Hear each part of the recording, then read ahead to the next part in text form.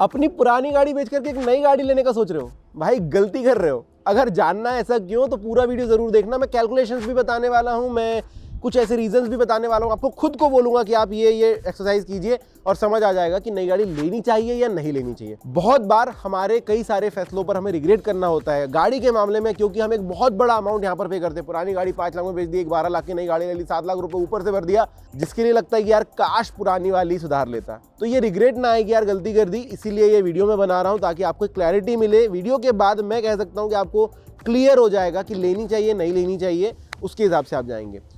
Calculations भी हैं, financial calculation भी हम लोग करेंगे और कुछ ऐसी वजह भी बताऊंगा। सबसे पहली चीज़ ये करनी कि अपनी पुरानी गाड़ी की तरफ ध्यान से देखना है और समझना है कि क्या इसमें ऐसी कोई मेजर प्रॉब्लम है जिसके लिए इसको मैं चला ही नहीं पाऊंगा आगे। अगर आपको वजह मिलती है कि यार परफॉर्मेंस थोड़ी सी ख़राब हो गई है, या इंजन इतना बेकार हो गया है कि ठीक हो ही नहीं सकता है, या फिर इसकी सीटें ख़राब हो गई है, या फिर कोई ऐसी प्रॉब्लम मत देख लेना जो ठीक हो सकती है, ऐसी प्रॉब्लम जो नहीं हो पा रही है। मेजरली आपको इंजन ही वो चीज़ नज़र आएगी जिसमें सुधार के चांसेस कम है। ये स्टीयरिंग सही से काम नहीं कर पा रहे हैं, सस्पेंशन ज़्यादा खराब हो गए, बहुत पैसे लग रहे हैं, पर सस्पेंशन पे उतना ज़्यादा खर्चा आता नहीं है रिप्लेसमेंट के लिए जितना एक नई गाड़ी के लिए आप करेंगे।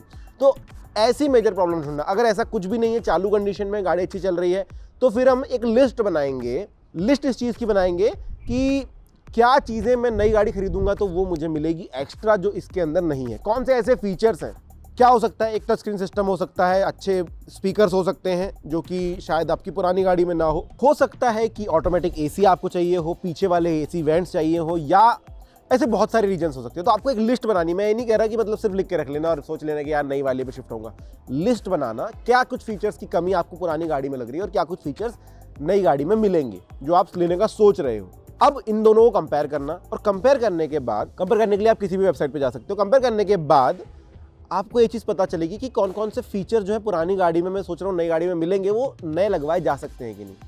जैसे वेंटिलेटेड सीट्स बाहर से लगवाई जा सकती है, रियर एसी वेंट्स किया जा सकता है, कुछ ना कुछ बटन विंडोज़ के लिए लगवाई जा सकती है। ऐसे फीचर्स की तरफ देखना कि ये लगवाए जा सकते हैं या नहीं हो सकते। अब इंजन की परफॉर्मेंस खराब हो गई है, इंजन की हालत बहुत ख़राब है, तो फिर थोड़ा सोचना पड़ेगा। लेकिन ऐसे फीचर्स अगर हैं, सिर्फ फीचर्स के मामले में है, टच स्क्रीन सिस्टम लगवाया जा सकता है, स्पीकर्स लगवाए जा सकते हैं, तो ये सारी लिस्ट बना लेना और फिर उनका खर्चा निकालना कि भाई कितना कितना कितना कितना मेरे पास खर्चा आएगा।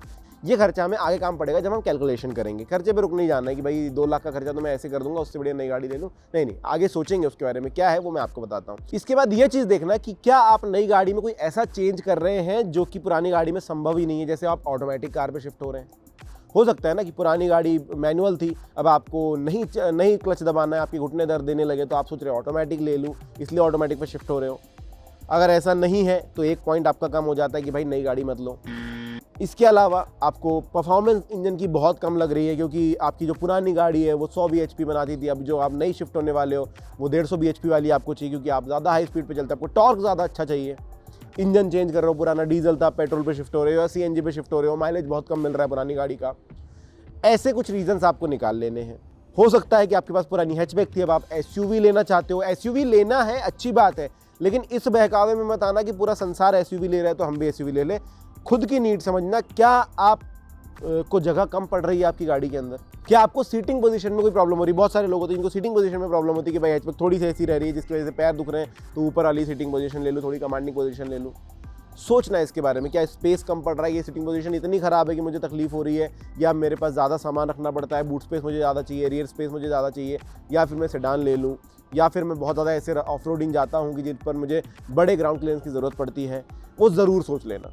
अगर ऐसा कुछ है तो फिर उसके हिसाब से हम गाड़ियों को चुनेंगे कि भाई क्या चीज़ें हैं, क्या चीज़ पे हो सकता है। बहुत बार ऐसा होता है कि जब हम ये सारा कैलकुलेशन करते हैं समझ में आता है कि यार इतनी बड़ी गाड़ी लेने की ज़रूरत नहीं, जो मैं सोच रहा था मैं तो इस गाड़ी के बेस वेरिएंट से भी काम चला लूँगा, क्योंकि काम चला लूँगा की बात नहीं आती, क्योंकि मेरे को जो फीचर चाहिए वो इसमें भी है, मुझे जो चीज़ चाहिए वो इसमें भी है, तो मैं बेफिजूल के फीचरों में क्यों जाऊँ। ऐसे ही कैलकुलेशन हमने गाड़ी लेते समय भी किया था कि भाई क्या मुझे इस चीज़ की ज़रूरत होगी, क्योंकि जो डीलरशिप है वो तो आपको बोलेगी कि भाई तुम 1.5 लाख रुपये ज़्यादा दे दो, 50-60 हज़ार रुपये ज़्यादा दे दो, ये गाड़ी का ये वाला वेरिएंट मिल जाएगा, इसके अंदर क्रूज़ कंट्रोल मिल जाएगा, सनरूफ मिल जाएगा।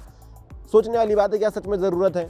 क्या ये 1.5 लाख रुपए मैं एक्स्ट्रा दूं सिर्फ क्रूज़ कंट्रोल के लिए? इवन मेरी ज़्यादा बाहर में जाता भी नहीं हूँ, सिटी में ज़्यादा ड्राइविंग होती है, तो क्रूज़ कंट्रोल का मैं करूँगा क्या?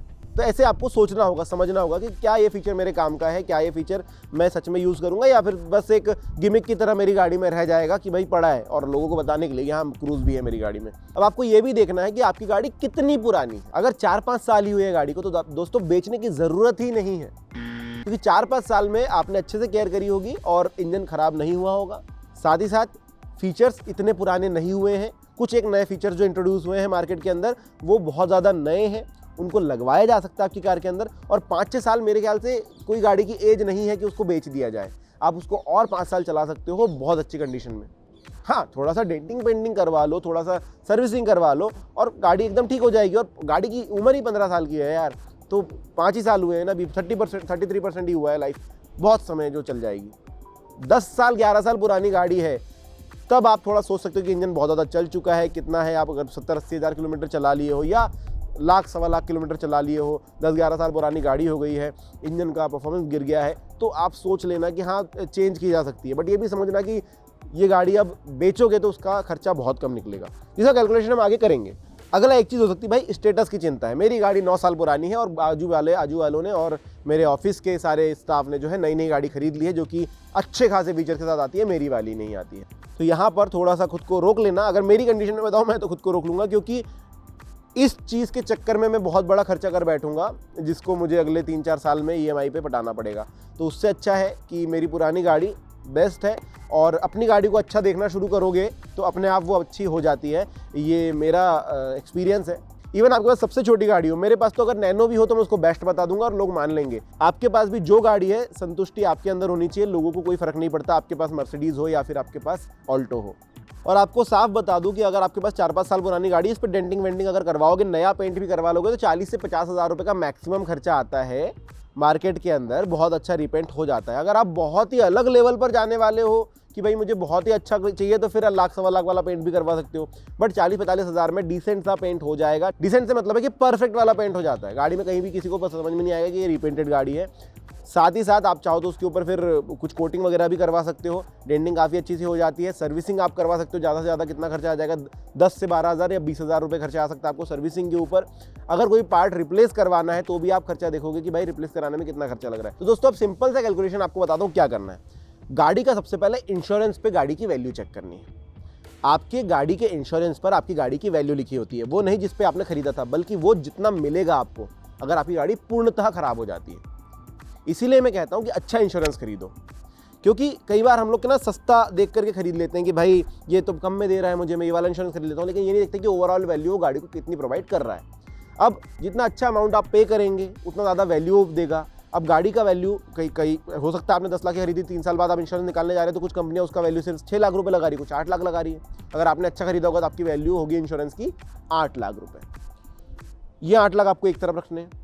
दूसरा, आपको मार्केट में गाड़ी की वैल्यू पता करनी है। Second hand car market, car dealer के पास जाइए, पूछिए और थोड़ा सा बाहर पता कीजिए, तो आपको पता चलेगा आपकी गाड़ी की वैल्यू क्या है अगर आप सेकंड हैंड बेचने के लिए जाते हो।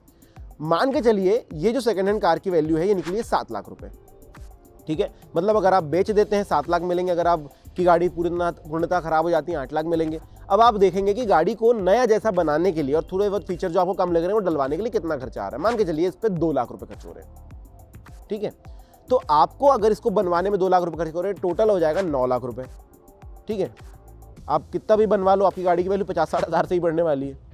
तो ये अमाउंट जो 7 लाख प्लस 2 लाख 9 लाख रुपए, मतलब आपकी गाड़ी बेचने में कितना है और फिर उसके बाद बनाने में कितना है, ये मिला करके आपके इंश्योरेंस अमाउंट से ऊपर जा रही है, तो कोई मतलब नहीं रखने का, क्योंकि आप बहुत बड़ा एक फिर क्या बोलते लायबिलिटी कर रहे हो। 2 लाख रुपए आपने एक्स्ट्रा खर्च कर दिया, वो गाड़ी की वैल्यू उतनी होने वाली नहीं है, वो आपको कभी भी 9 लाख रुपए नहीं देने वाली है। तो उसको और बनाकर कोई मतलब नहीं है। कॉस्ट कटिंग कर लेना कि भाई मैं मिनिमम अगर करवाऊँ फीचर से लेस इस गाड़ी को रिपेयर करवाऊँ तो कितना खर्चा लगेगा, उस हिसाब से आप सोचना। अगर 8 लाख रुपए से ज़्यादा बजट बढ़ रहा है, इंश्योरेंस के अमाउंट से ज़्यादा बजट बढ़ रहा है, तो बनवाने की ज़रूरत नहीं है।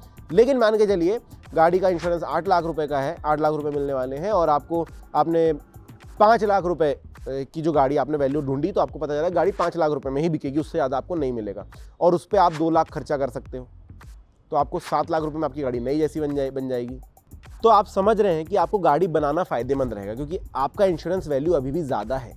आपको उतना मिल सकता है। तो आप गाड़ी बनवा लीजिए, आपका जो है सारे फीचर्स भी बढ़िया से हो जाएंगे, आपकी गाड़ी की वैल्यू भी अच्छी खासी इंश्योरेंस बता रहा है आपको, और नई गाड़ी लेने में बहुत ज़्यादा खर्चा भी नहीं आएगा। क्योंकि अब अगर आप ये गाड़ी बेच करके नई गाड़ी लेंगे तो आपको बहुत बड़ा अमाउंट पे करना पड़ेगा, बहुत सारा खर्चा भी आएगा, तो इसको रिपेयर करना ज़्यादा अच्छा है। तो ये कैलकुलेशन कर लेना, उसके बाद आप नई गाड़ी लेने के लिए जाना। ये सारी चीज़ें अगर आपने सोच ली तो मेरे हिसाब से आपको क्लैरिटी मिल जाएगी कि नई गाड़ी लेनी चाहिए या नहीं लेनी चाहिए। थोड़ा और विचार विमर्श करना, थोड़ा और समझना, और उसके बाद एक सही निर्णय पर पहुंचना।